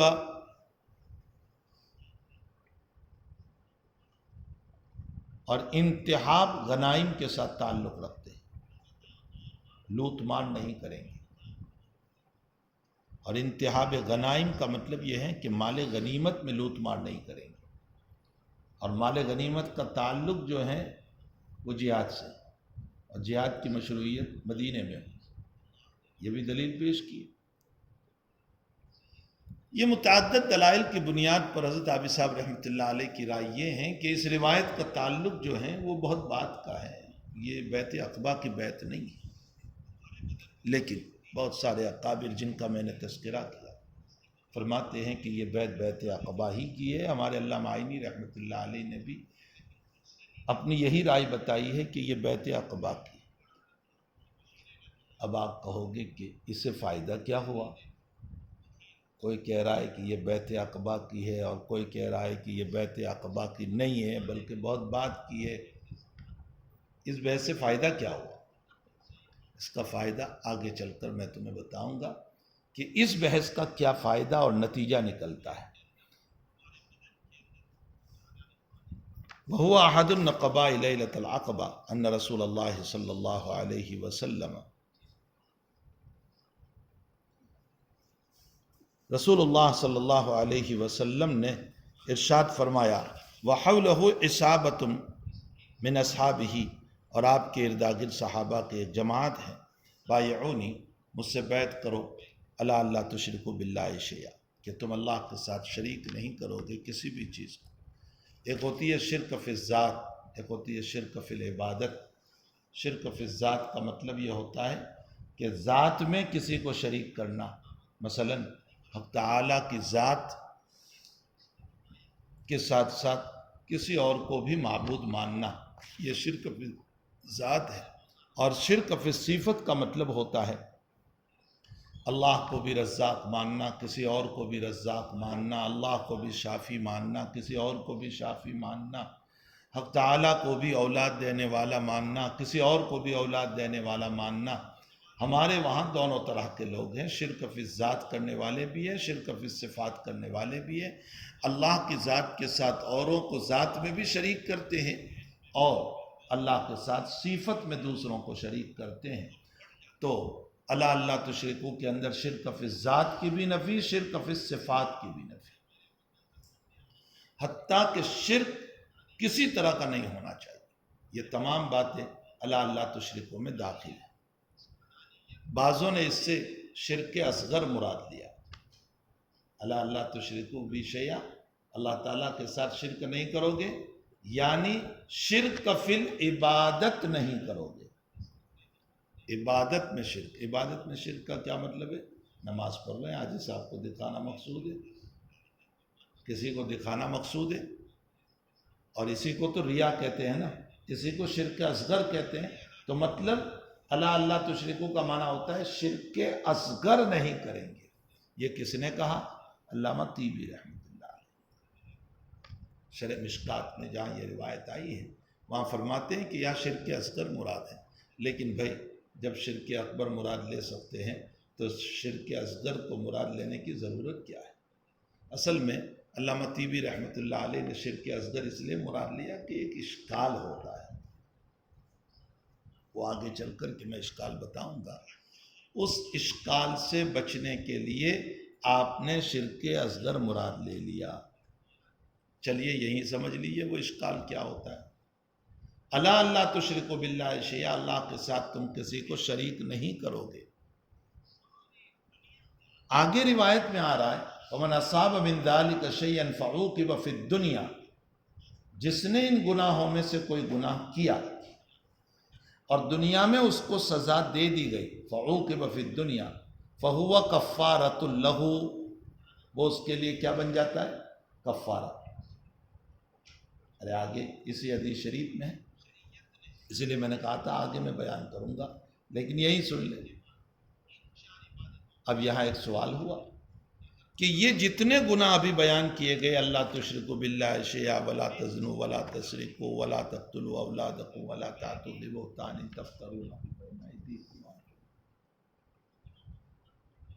اور اس کے بعد لا رہے فعوقب فی الدنیا، سزا دے دی گئی تو وہ کفارہ ہو گیا۔ اس کا مطلب تو یہ نکلا کہ دنیا میں جس نے شرک کیا اور شرک کرنے کے بعد اس کو سزا مل گئی تو شرک معاف ہو جائے گا۔ حالانکہ متفق علیہ مسئلہ ہے کہ شرک بغیر توبہ کے معاف نہیں ہوتا، اجرائے حد سے شرک معاف نہیں ہوتا۔ ایک آدمی مشرک ہو گیا، مرتد ہو گیا، والعیاذ باللہ، آپ نے اس کو قتل کر دیا، اس نے توبہ نہیں کی تو یہ قتل اس کے لیے موجب کفارہ نہیں ہوگا، معافی نہیں ہو سکتی۔ کیوں؟ دلیل ہے، اللہ تعالیٰ فرماتے ہیں ان اللہ لا یغفر ان یشرک بہ ویغفر ما دون ذلک لمن یشاء، اللہ شرک کبھی بھی معاف کرتا، ہاں ما دون الشرک کو اللہ معاف کر دیتا۔ تو جب نص قطعی سے یہ ہے کہ شرک معاف نہیں ہوتا تو اس روایت سے یہ پتہ چلتا ہے کہ اگر سزا دے دی گئی فعوقب فی الدنیا فهو کفارۃ لہ، شرک معاف ہو گیا۔ اس کا جواب یہ ہے کہ اس حدیث شریف میں شرک کا استثناء ہے۔ سمجھ میں آیا؟ فعوقب فی الدنیا فهو کفارۃ لہ سے شرک کا استثناء، اور وجہ استثناء کیا ہے؟ دلیل استثناء کیا ہے؟ قرآن کی آیت ان اللہ لا یغفر ان یشرک بہ ویغفر ما دون ذلک لمن یشاء۔ اس آیت کی بنیاد پر اگر کوئی دنیا میں شرک کرتا ہے اور اس کو اجرائے حد ہوا تو شرک معاف نہیں ہوگا، اس کے بعد جتنے گناہ ہیں نا ولا تسرقوا ولا تزنوا، اس پر سزا دے دی گئی تو وہ معاف ہو جائے گا۔ سمجھ میں آ گیا؟ یہ ہے اصل بات، اور شرک اکبر ہی مراد ہے اس سے۔ علامہ طیبی رحمۃ اللہ علیہ کے سامنے یہی مسئلہ تھا کہ اگر یہاں شرک اکبر مراد لیتے ہیں تو پھر اشکال ہوگا کہ سزا سے شرک اکبر تو معاف ہوتا نہیں، اس لیے انہوں نے شرک اصغر لے لیا اور فرمایا اس سے شرک اصغر مراد ہے، اس اشکال سے بچنے کے لیے۔ کچھ سمجھ میں بھی آ رہا، لیکن علامہ طیبی رحمۃ اللہ علیہ کو جواب یہ ہوگا کہ حضرت جب ایک بات بن رہی ہے تو پھر شرک اصغر کی طرف جانے کی ضرورت کیا ہے؟ اور وہ بات یہ ہے جو ابھی میں نے جواب دیا کہ ان اللہ لا یغفر ان یشرک بہ والی آیت کی بنیاد پر شرک کا استثناء۔ تو جب بات بن رہی ہے تو پھر شرک اصغر کی طرف جانے کی ضرورت کیا ہے؟ نمبر 2، خود طیبی علیہ الرحمہ پر ایک اشکال ہو جائے گا کہ آپ شرک اصغر کو مراد لے رہے ہیں۔ شرک اصغر پر گناہ تو ہے، شرک اصغر پر حد کہاں ہے؟ سمجھ میں آیا؟ نماز میں نے ریاکاری کی تو گناہ تو ہے اس میں، لیکن کوئی شریعت میں سزا ہے اس کی؟ تو پھر اگر آپ اللہ تشرکوا کہہ رہے ہیں تو فعوقب فی الدنیا فہو کفارۃ لہ میں تو حد کا بیان ہے، شرک اصغر پر حد ہے ہی کہاں؟ پھر شرک اصغر کیسے مراد ہوگا؟ کچھ سمجھ میں بھی آ رہا ہے؟ اس لیے حقیقت یہ ہے کہ یہاں شرک اصغر مراد نہیں، شرک اکبر ہی مراد ہے۔ باقی رہ گیا اشکال کہ اجرائے حد کی بنیاد پر شرک تو معاف ہوتا نہیں، اس کا جواب یہ ہے کہ اس کا استثناء ہے۔ واللہ سبحانہ وتعالی عالم۔ الا اللہ تشرکوا باللہ شیئا ولا تسرقوا، چوری نہیں کرو گے، ولا تزنوا، زنا نہیں کرو گے، ولا تقتلوا اولادکم، تمہاری اولاد کو قتل نہیں کرو گے۔ دیکھو قتل تو خود بہت بڑا گناہ ہے، کسی کو بھی آپ قتل کریں، کسی کو بھی قتل کریں گناہ ہے بہت بڑا، لیکن اولاد کی قید خاص طور پر اس لیے لگائی کہ اولاد میں بہت زیادہ قباحت پائی جاتی ہے۔ نمبر 1، عربوں میں اولاد کو دفن کرنا شائع و ضائع تھا، عام تھا۔ نمبر 2، ان کے طریقے قتل بڑا خطرناک تھا، اور وہ یہ کہ زندہ دفن کر دیتے تھے۔ نمبر 3، اس میں قطع رحمی ہے کہ تم اپنی اولاد کو مار ڈالتے ہو۔ نمبر 4، ایسی چیز کو اور ایسے انسان کو تم مار رہے ہو جس میں دفاع کی قوت نہیں۔ چھوٹا بچہ بیچارہ کیا دفاع کرے؟ یہ وہ وجوہات ہیں جس کی بنیاد پر خاص طور پر نبی علیہ السلام نے اولاد کا ذکر فرمایا۔ سمجھ میں بھی آیا؟ ورنہ یہ مطلب نہیں ہے کہ اولاد کو قتل نہ کرو کا مطلب کسی کو قتل کر دو۔ قتل مطلقاً گناہ، لیکن اولاد کا تذکرہ ان وجوہات کثیرہ کی بنیاد پر نبی اکرم صلی اللہ تعالیٰ علیہ وسلم نے فرمایا۔ پھر اولاد کو قتل کرنے کی 2 وجہ تھی ان کے وہاں۔ ایک وجہ تو یہ تھی کہ ان کو فکر یہ تھی کہ چلو ہماری زندگی تو جیسے ویسے گزر رہی ہے، ان لوگوں کو کیا ملے گا کھانے کو، یہ تو بھوکے مریں گے۔ اور بعض لوگ یہ سمجھ کر قتل کرتے تھے کہ ہمارا ہی ٹھکانہ نہیں ہے، ہمیں ہی نہیں مل رہا ہے، تو ہم ان کو کہاں سے کھلائیں گے۔ تو بعضوں کو اپنی فکر تھی اور بعضوں کو اولاد کی فکر تھی۔ قرآن نے اس کو 2 طرح پر بیان فرمایا۔ ایک جگہ فرمایا لا تقتلوا اولادکم من املاق نحن نرزقکم وَإِيَّاهُمْ، یہ کم اس لیے پہلے لائے، یہ ان لوگوں سے متعلق آیت ہے جن کو اپنی فکر تھی کہ ہمارے ہی ٹھکانے نہیں ہے، ہمیں ہی نہیں مل رہا ہے، ہم ان کو کہاں سے کھلائیں گے۔ اللہ نے فرمایا ہم تم کو بھی دیں گے، ان کو بھی دیں گے۔ یہاں کم مقدم۔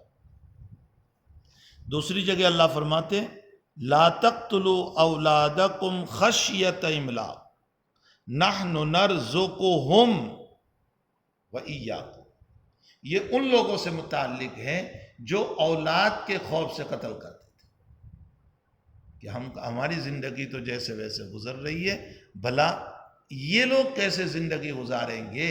تو ہم مقدم کیا اور کم کو مؤخر کیا۔ تو جہاں ہم مقدم ہے وہاں اولاد کی فکر والوں کے سلسلے میں قرآن کہہ رہا ہے، اور جہاں کم مقدم ہے وہاں اپنی فکر والوں کے سلسلے میں قرآن نے کہا کہ تم اپنی بھی فکر نہ کرو، ان کی بھی فکر نہ کرو۔ نحن نرزقکم وإیاہم، نحن نرزقہم وإیاکم۔ سمجھ میں آیا؟ یہ جو ہے نقطہ علامہ زمخشری نے لکھا ہے، اور اس نقطے کو علامہ ابن قیم رحمۃ اللہ علیہ نے تفسیر ابن قیم میں پیش کیا ہے۔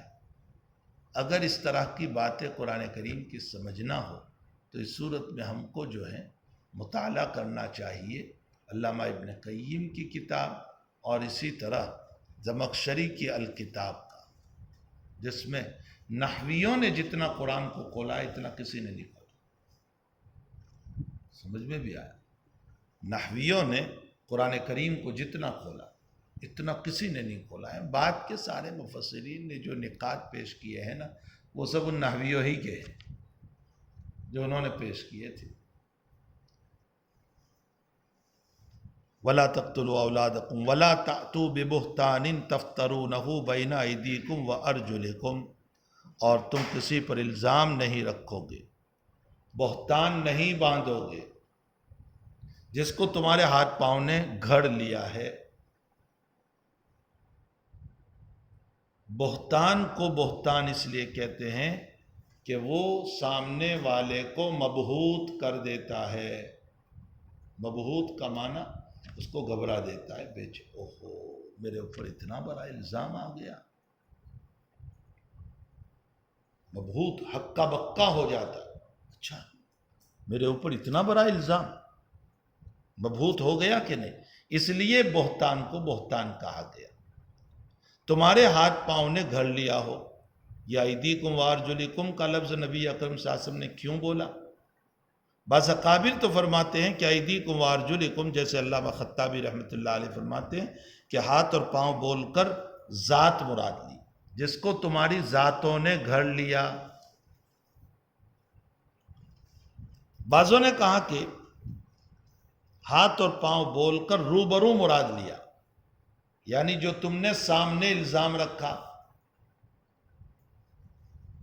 بعضوں نے ہاتھ اور پاؤں کے ذریعے سے حال اور مستقبل کو مراد لیا، جو تم نے ابھی گھڑا یا جو تم آئندہ گھڑو گے، حال یا مستقبل۔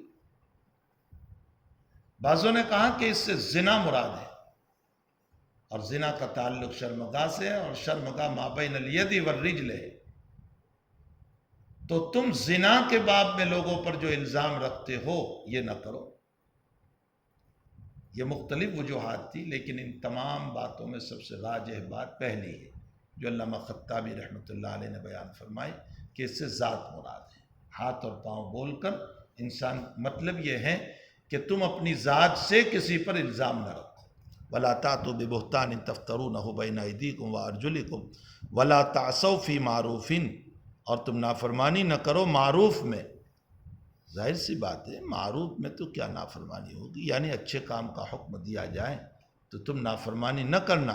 اس سے اشارہ کیا اس بات کی طرف کہ اگر کوئی تمہیں غیر معروف کا حکم دے، گناہ کا حکم دے، تو اتباع نہ کرنا۔ آپ آگے چل کر حدیث پڑھو گے، لا طاعت لمخلوق فی معصیت الخالق، مخلوق کی ایسی اطاعت کبھی نہیں ہوگی جس میں تم خالق کی نافرمانی کرو۔ لا طاعت لمخلوق فی معصیت الخالق، چاہے وہ ہمارا باپ ہو، ماں ہو، استاذ ہو، شیخ ہو، گناہ کے کام میں کسی کی بھی فرما برداری نہیں۔ یہ بھی نہیں ہوگا کہ ہم ان کی توہین کریں، یہ بھی نہیں، لیکن ہم ان کے حکم کو پورا نہیں کریں گے۔ آپ کتاب مغازی میں ایک روایت پڑھو گے کہ ایک سفر میں امیر قافلہ کو غصہ آ گیا، فرمایا لکڑیاں جمع کرو، جمع کی، آگ لگاؤ، سلگا دیا، فرمایا سب اس میں کود جاؤ۔ امیر نے کہا سارے صحابہ سے، سب جاؤ اس میں۔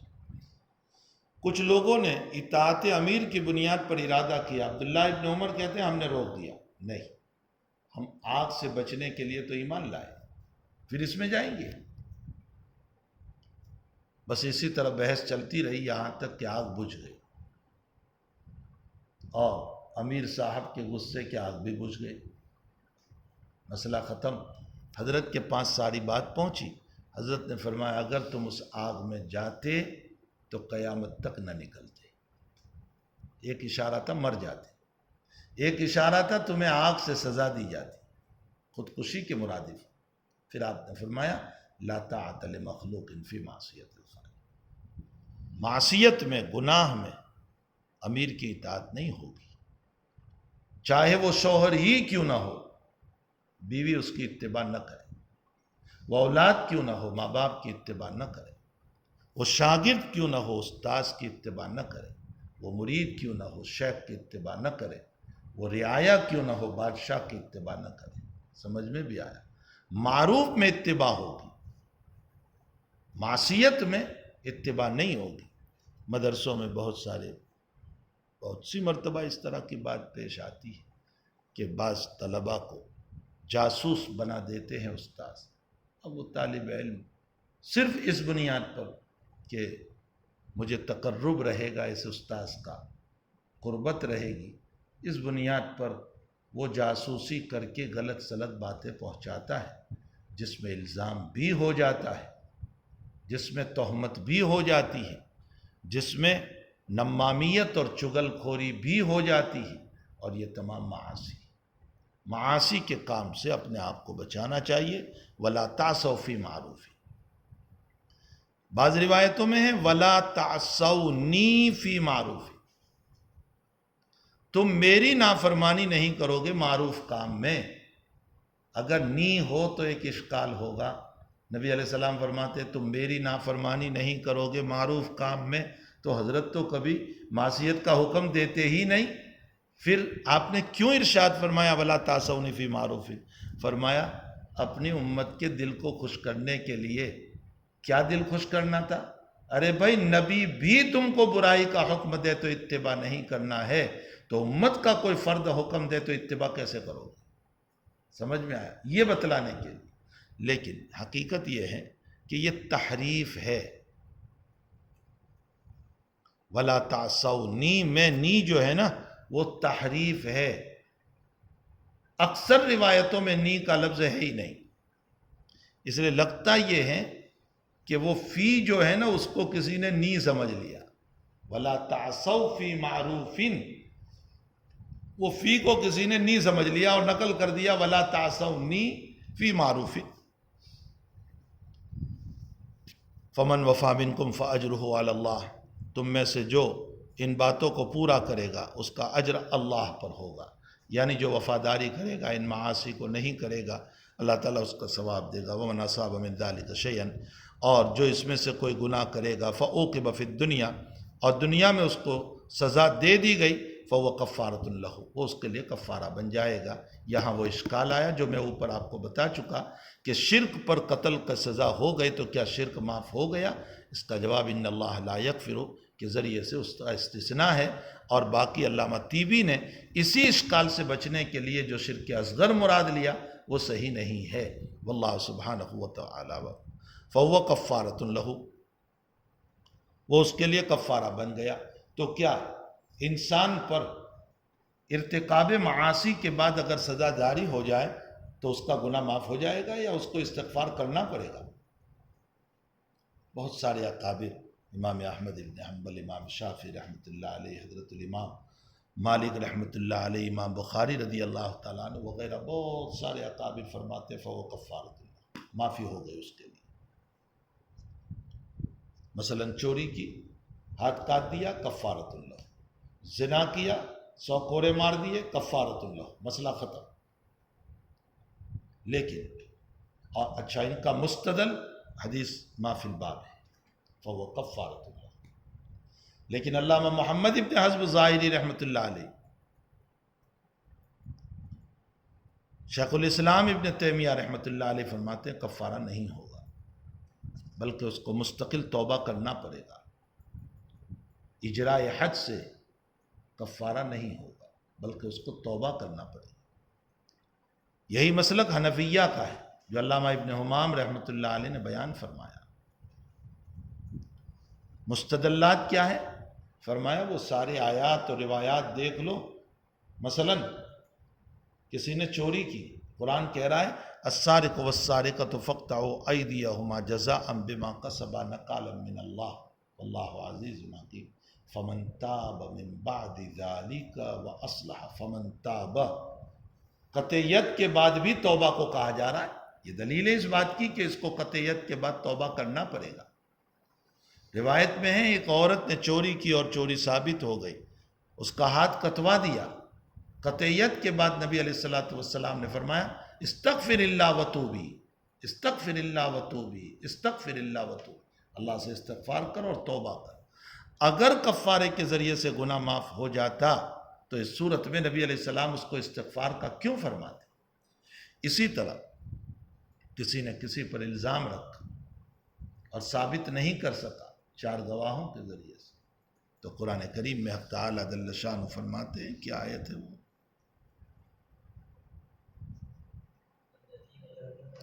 ثم لم یاتوا باربعۃ شہداء فاجلدوہم 80 جلدہ ولا تقبلوا لهم شہادة ابدا واولئک هم الفاسقون الا الذین تابوا من بعد ذلک واصلحوا۔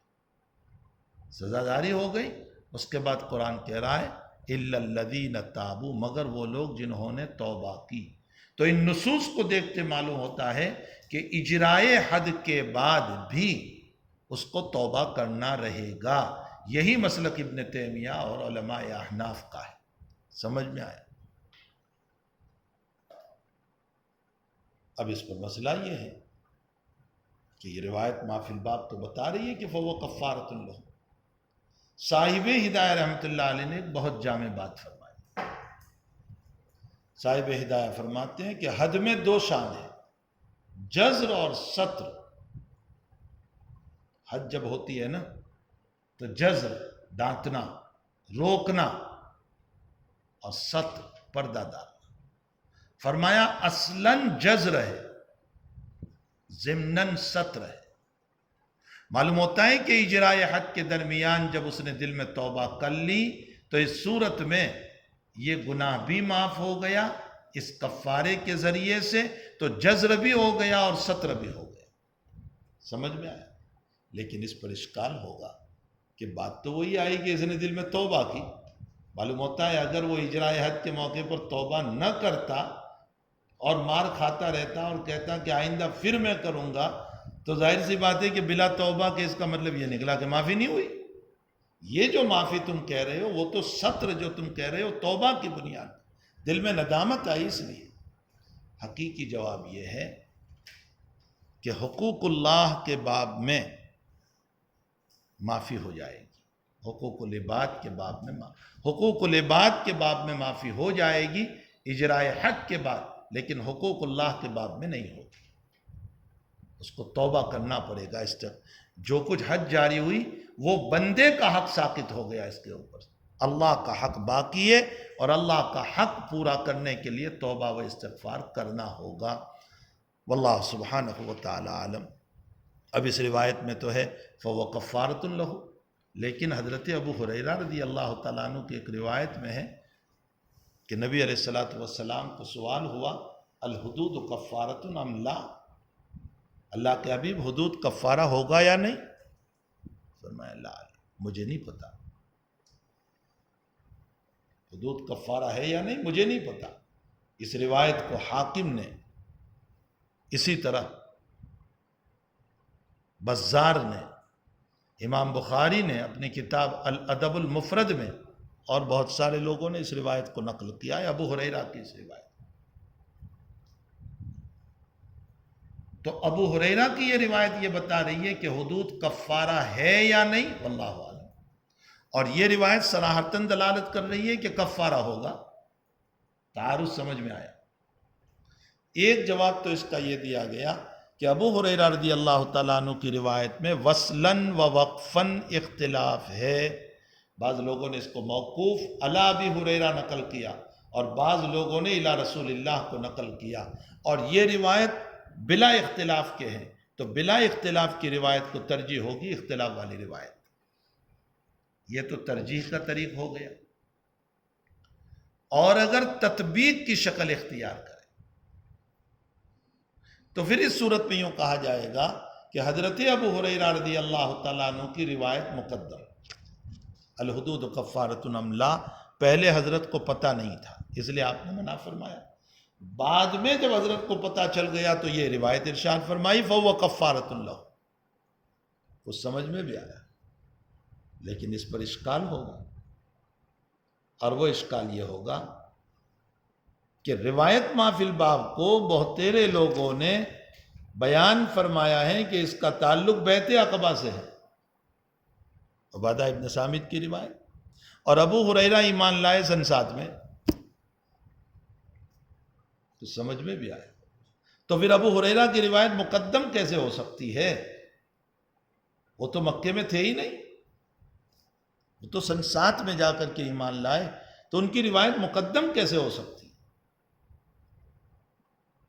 اس کا جواب یہ ہے کہ ہو سکتا ہے ابو ہریرہ رضی اللہ تعالیٰ عنہ نے کسی قدیم صحابی سے یہ روایت سنی ہو جو مکے میں تھے،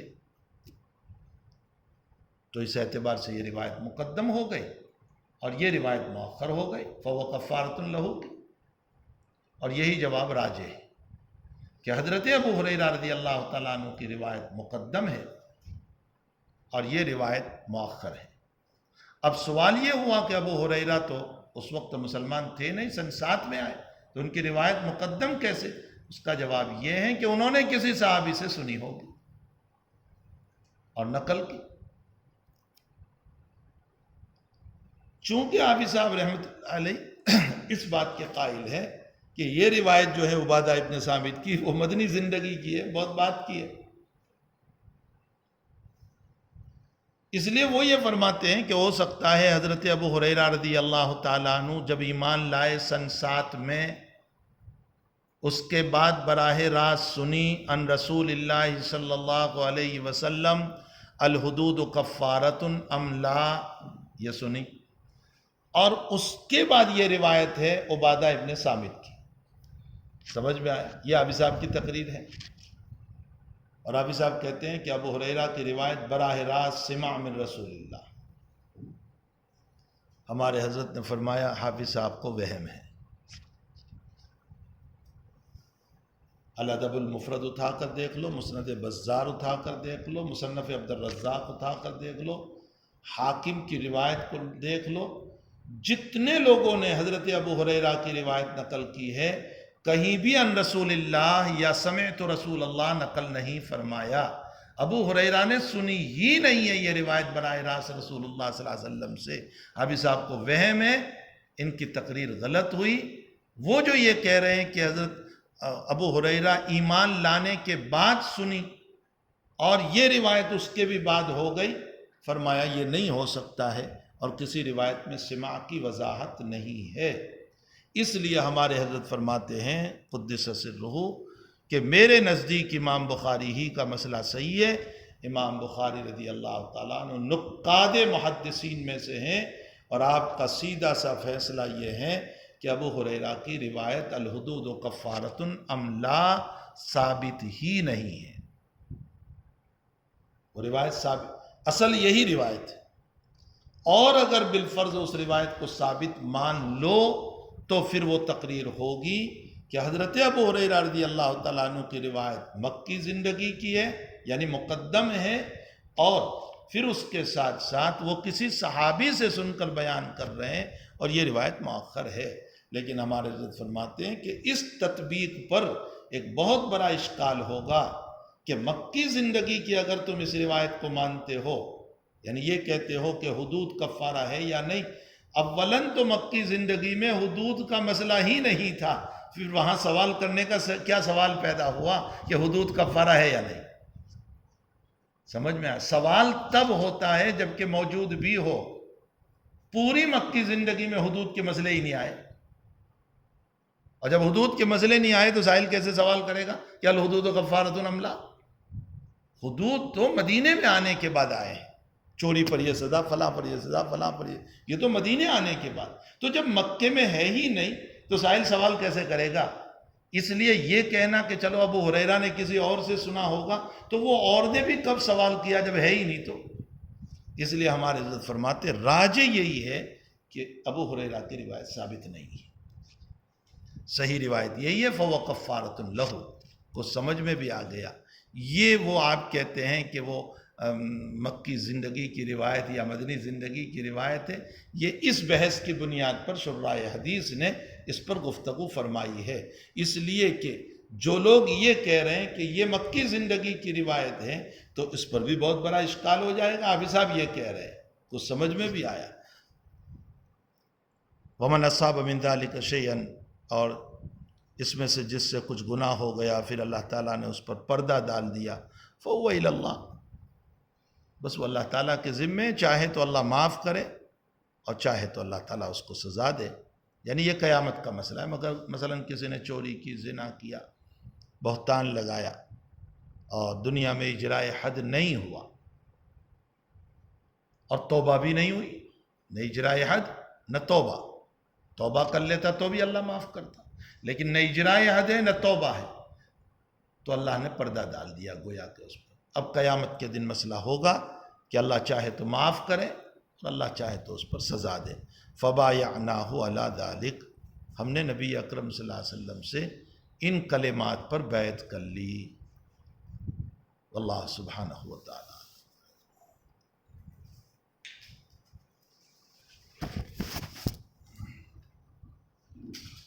آج میری طبیعت تھی